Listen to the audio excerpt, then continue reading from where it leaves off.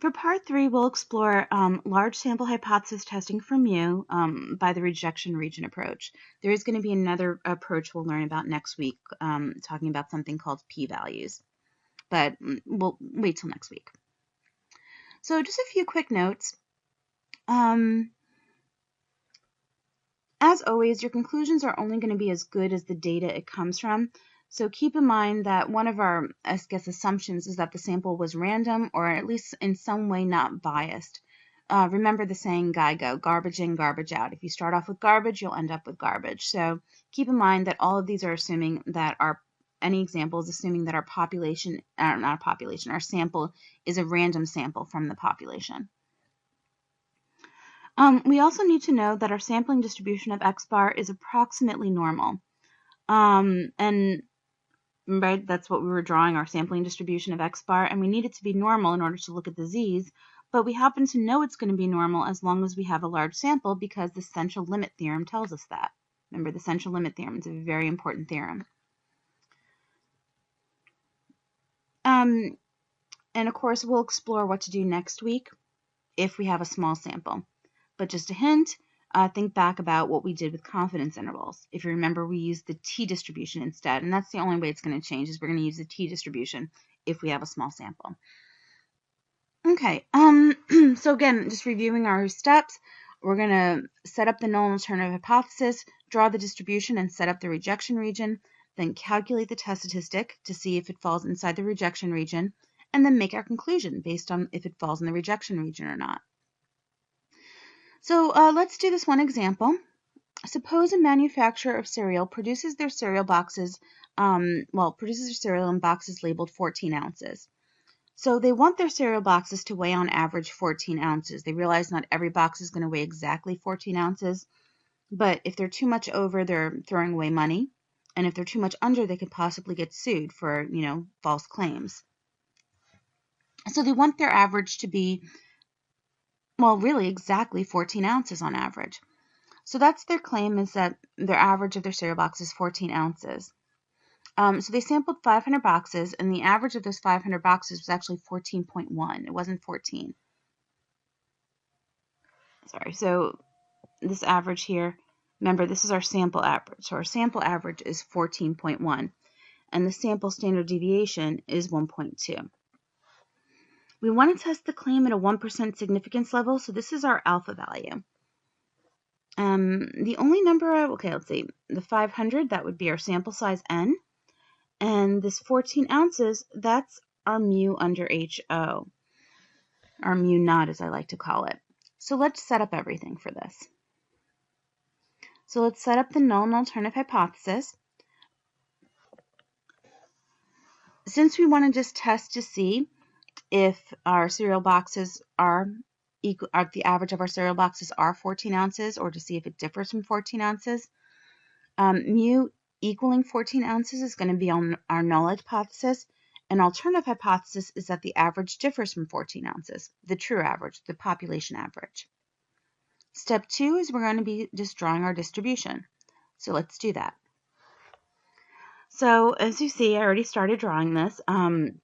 We have our normal distribution, our sampling distribution of X bar.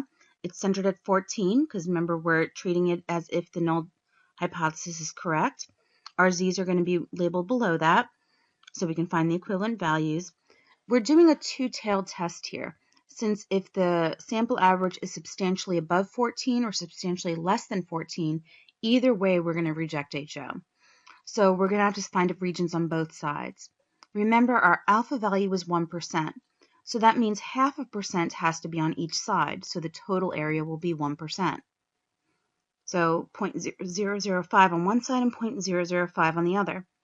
Not that that's really an important thing to calculate, because again, you can just go to your rules and figure out what the Z values are. Remember these rules?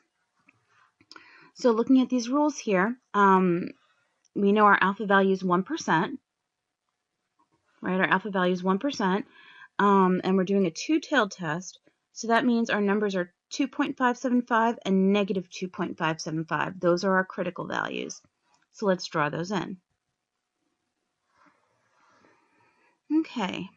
And again, it's not important to find the x values associated with them. We don't need the x values associated with the critical values at all. All right, next we just need to calculate our test statistic. And again, we'll use our formula that z is equal to x bar minus some mu value, the mu under HO, over our standard error. So that's going to be 14.1 minus 14 divided by, again, make sure you do the bottom together, 1.2 divided by the square root of 500. 1.2 being our sample average and 500 being our sample size. I'm sorry, not sample average, sample standard deviation, and 500 being our sample size. And if you do that calculation, you get 1.86. Well, 1.86 falls a little bit to the left of our right rejection region. In other words, it falls in the middle. It's not in the rejection region. So our test statistic Z does not fall in the rejection region. Therefore, we failed to reject HO, and that's our conclusion. Again, so on a test, I would just want you to write that we failed to reject HO. That's all I'm looking for. If we want to explain it in the words of the problem, remember the problem said, does the cereal box weigh 14 ounces, or is it different than 14 ounces? So our conclusion would be that we failed to disprove that it's different from 14 ounces. Or we can phrase it a little bit more in the positive. We could say at alpha equals 0.01, there is insufficient evidence to reject that the average weight is 14 ounces. In other words, there's insufficient evidence to disprove the null hypothesis and fail to reject HO. That's all I'm saying. So part of why hypothesis testing is a little bit confusing is that there are several different ways of phrasing your answer. Let's just talk about that for a moment. So let's say our test statistic does not fall in the rejection region, like what we just saw. You have 4 choices on how you can phrase your answer. You could say at alpha equals whatever the number is, we failed to reject HO, or you could phrase it in terms of HA. We're failing to support HA. Basically, this is the non-conclusion conclusion, like finding someone not guilty. You can also use the words of the problem and say that at alpha equals whatever it was, there is insufficient evidence to reject insufficient evidence to reject HO, or you could say there's insufficient evidence to support HA. So here's the thing. If let's say, for example, let's say our situation was the other way, that our test statistic did fall in the rejection region. In other words, we reject HO. Well, that's all I'd want you to write on the test is just reject HO, or I'd want you to write fail to reject HO if we fail to reject it.